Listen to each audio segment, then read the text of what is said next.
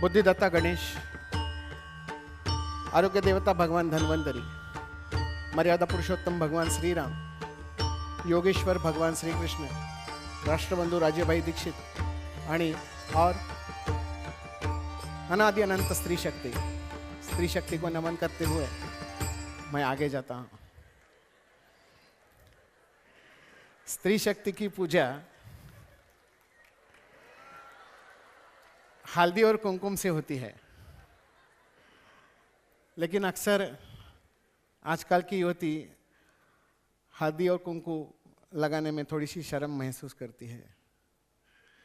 हल्दी और कुमकुम ये जो टीका है ये चंद्र और सूर्य का प्रतीक है और ये आत्म पूजन है। एवढंच फक्त आठवण करून देतो आणि हिला कुंकू लावतो आणि पुढे जातो। हमने एक प्रतिज्ञा ली थी, भारत मेरा देश है। इसमें से जो 4 लाइनें हैं, मैं मेरे देश से बहुत प्यार करता हूं और इसकी विविधता रूपी संस्कृति पर गर्व करता हूं। ये विविधता रूपी संस्कृति क्या है यही हमें मालूम नहीं है और यही से प्रॉब्लम चालू हो जाता है। कौन सा प्रॉब्लम? ग्लाइसेमिक इंडेक्स वाला प्रॉब्लम। कैसा है आगे देखेंगे। इस भारतीयत्व में ये ग्लाइसेमिक इंडेक्स छुपा हुआ है। कहीं ना कहीं हम भारतीयत्व को खोते जा रहे हैं। ये सब जो है ये भारतीयत्व है जो कहीं दूसरे देश में देखने को नहीं मिलता। ये सिर्फ भारत की ही देन है और इसमें सबसे नीचे जो आता है ये आहार संकल्पना है और उसमें सिर्फ 45 मिनट्स मेरे पास है। हम इतने क्यों बदल गए? ये गुलामी रहने की आदत सी हो गई है। लॉर्ड मैकॉले ने एक खत लिखा था, एड्रेस किया था ब्रिटिश पार्लियामेंट को। I have traveled across the length and breadth of India. I have not seen one person who is a beggar, who is a thief.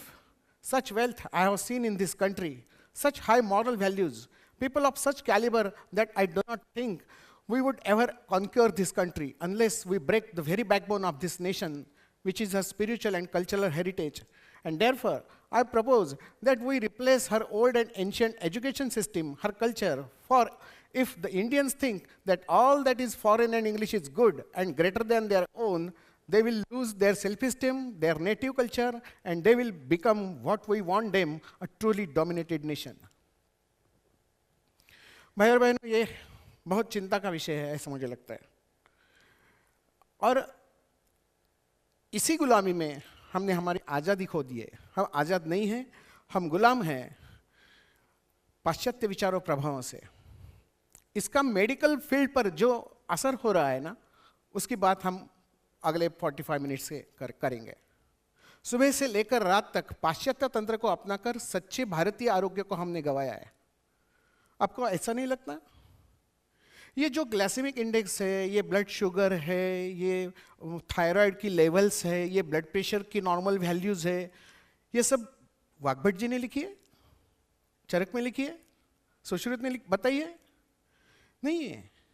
हमने जो आयुर्वेद पढ़ा है, हम जो पढ़ रहे हैं, वो सब पाश्चात्य तंत्र की देन है। और ब्लड प्रेशर को, ब्लड शुगर को नॉर्मल करने के लिए मैं मेरी दवा ढूंढता हूं, मेरी बुद्धि इस्तेमाल करता हूं, जो बुद्धि पूरी तरह से भारतीय थी, और हम गलत तरीके से जा रहे हैं। न्याय और कायदे व्यवस्था बदल गई, संस्कृति सभ्यता नीतिमत्ता के नियम बदल गए, शिक्षण व्यवस्था आमूलाग्र बदल गई। जो शिक्षण व्यवस्था पहले गुरुकुल सिस्टम में चलती थी वो आज यूनिवर्सिटी लेवल पे आ चुकी है। अर्थव्यवस्था बदल चुकी। ऐसा माना जाता है, ऐसा देखा जाता है कि अभी कुछ अच्छे दिन आने वाले हैं, देखेंगे। शासन यंत्रणा बदल गई है, कृषि क्षेत्र बदल गया है और आरोग्य क्षेत्र पर भी इसका गहरा प्रभाव पड़ रहा है। स्वास्थ्य की परिभाषा क्या बताई है हमने? भारतीय आरोग्य में यह कहा गया था, समदोषा समाग्निश्य समधातु मलक्रिया। इस पर ही सभी ध्यान देते हैं, फोकस करते हैं। लेकिन दूसरी जो लाइन है उसके ऊपर कोई ध्यान ही नहीं देता। दूसरी लाइन क्या है? प्रसन्न आत्मा इंद्रिय मनस्वस्थ इत्याभिधीयते। जिसकी आत्मा प्रसन्न है, जिसके मन प्रसन्न है, जिसकी इंद्रिय प्रसन्न है। कैसे जानेंगे? आत्मा का प्रसन्नत्व कैसे जानेंगे? इंद्रियों का प्रसन्नत्व कैसे जानेंगे? मन का प्रसन्नत्व कैसे जानेंगे? लिखा है ना कहीं किधर ना किधर लिखा ही होगा, ढूंढने की जरूरत है। जागतिक आरोग्य संगठन ने भी यही व्याख्या थोड़ी सी एक्सेप्ट की है, फिजिकल, मेंटल, सोशल, स्पिरिचुअल लिखा है उन्होंने भी। लेकिन आज बदला हुआ आरोग्य जो है वो एक आरोग्य की नई डेफिनेशन हमें देता है। जिंदगी भर दवा खाते रहना और सब रिपोर्ट्स को नॉर्मल रखने की कोशिश करना, यही आरोग्य है। और इसी सोच में हम वो ब्लड शुगर लेवल्स, वो BMI और वो ग्लाइसेमिक इंडेक्स, इनको नॉर्मल करने का आयुर्वेदीय तरीका ढूंढते हैं। ये मुळात्मक गड़बड़ है, इसको चेंज करना है। ये आयुर्वेद का विचार जो है ना, ये इसी सूत्र पे आधारित है। दुष्यम देशम बलम कालम, हर एक का अलग अलग रहता है। अनलम प्रकृति वया सत्वम सात्म्यम तथा आहारम अवस्थाश्य पृथक विदा।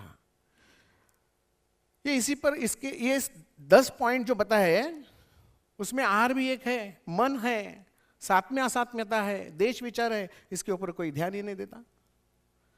चलो ग्लाइसेमिक इंडेक्स की बात करेंगे। क्या बता रहे हैं वो? What is the glycemic index of food?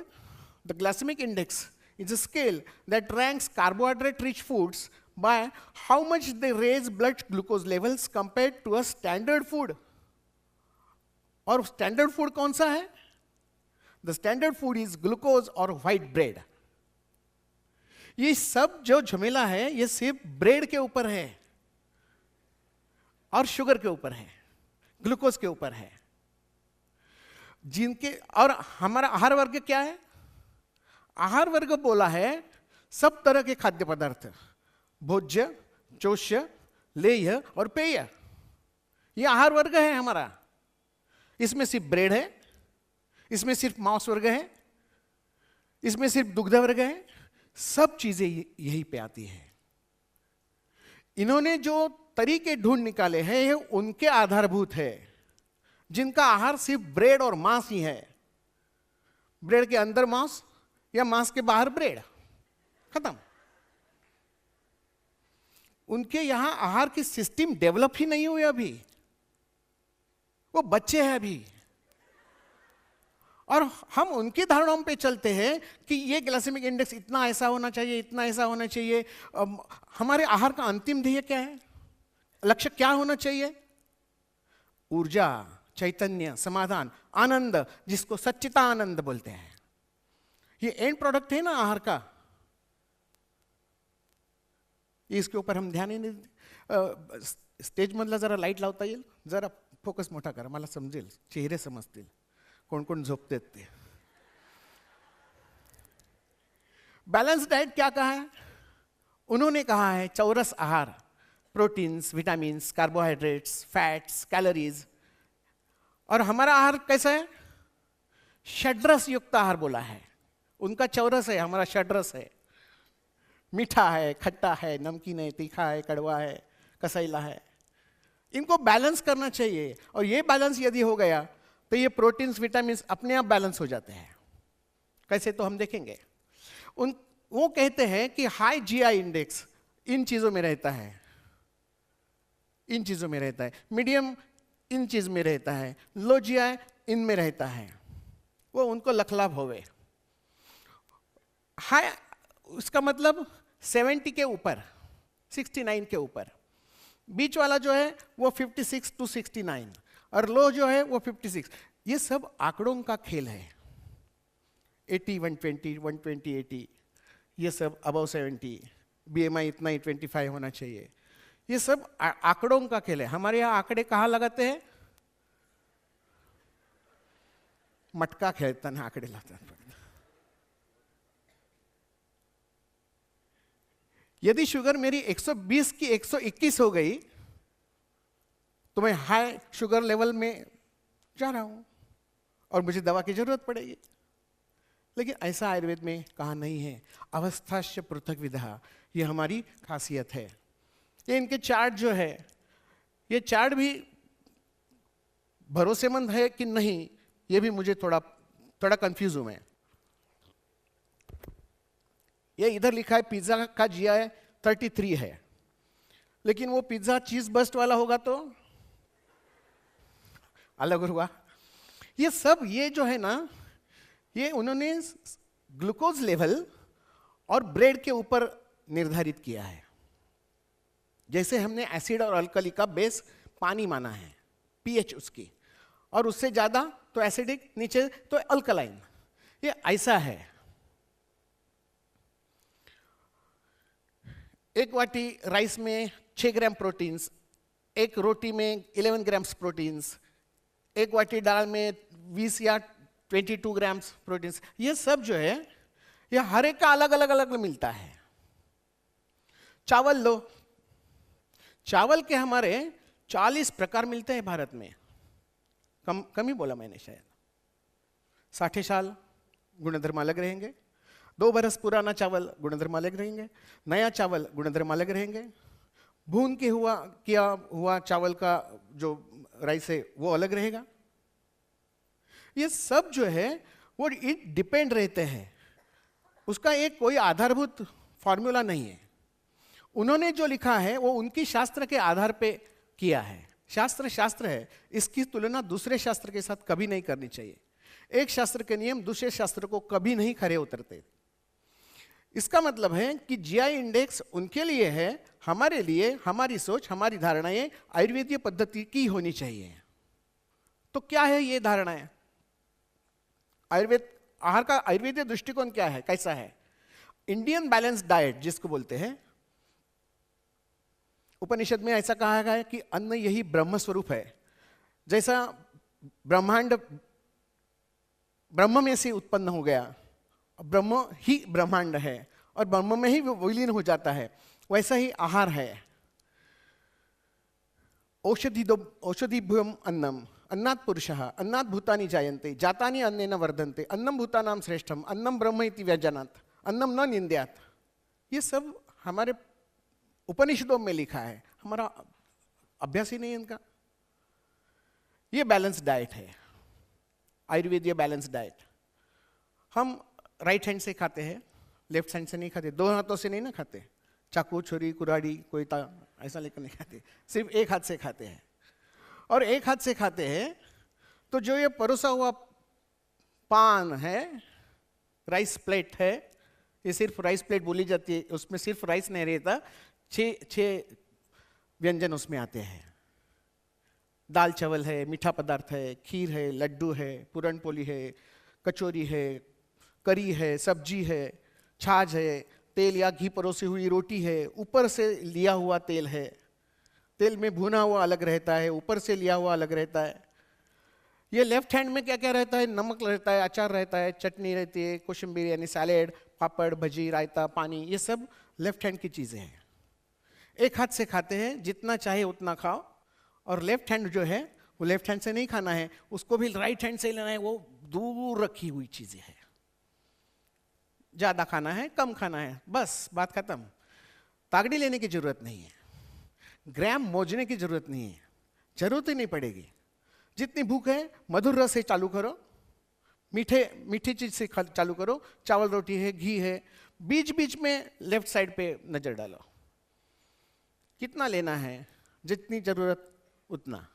इसी में सब विटामिन ए टू जेड शामिल है, अलग ढूंढने की जरूरत नहीं है। आहार में पथ्य और अपथ्य, आयुर्वेद में एक प्रधान सूत्र बताया गया है कि आहार षड्रसात्मक होना चाहिए, विशेषात मधुर रसः, ऐसा कहा गया है।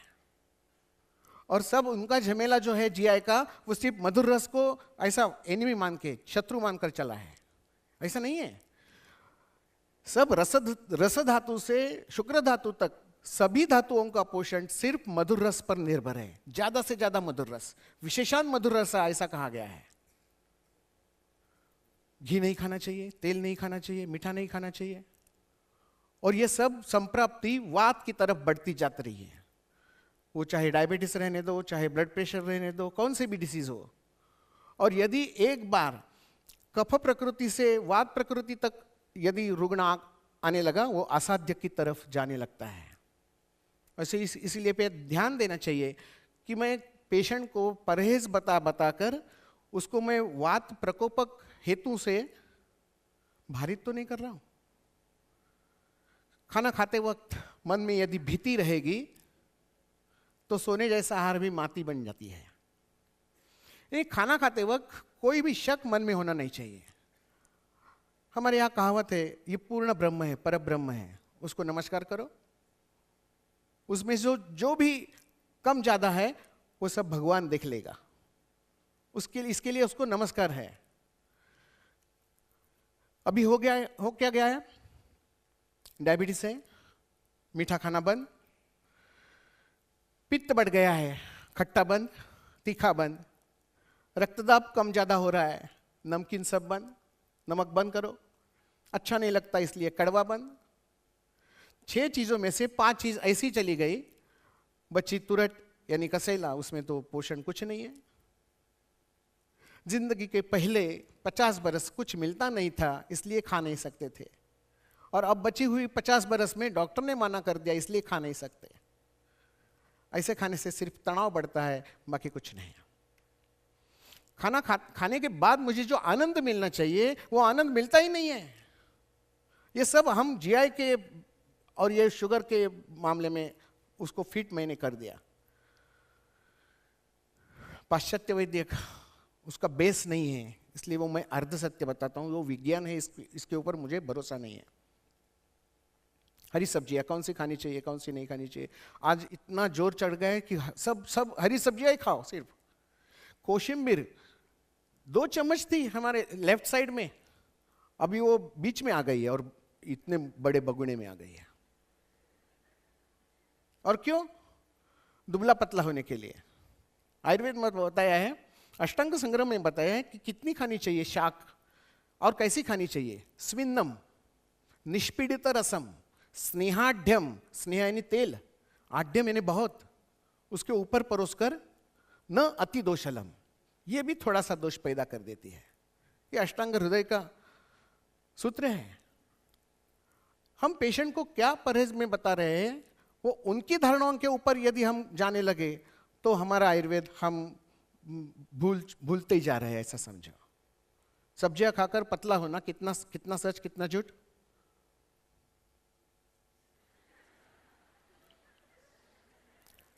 जिंदगी भर ये सिर्फ पत्ते ही खाते हैं।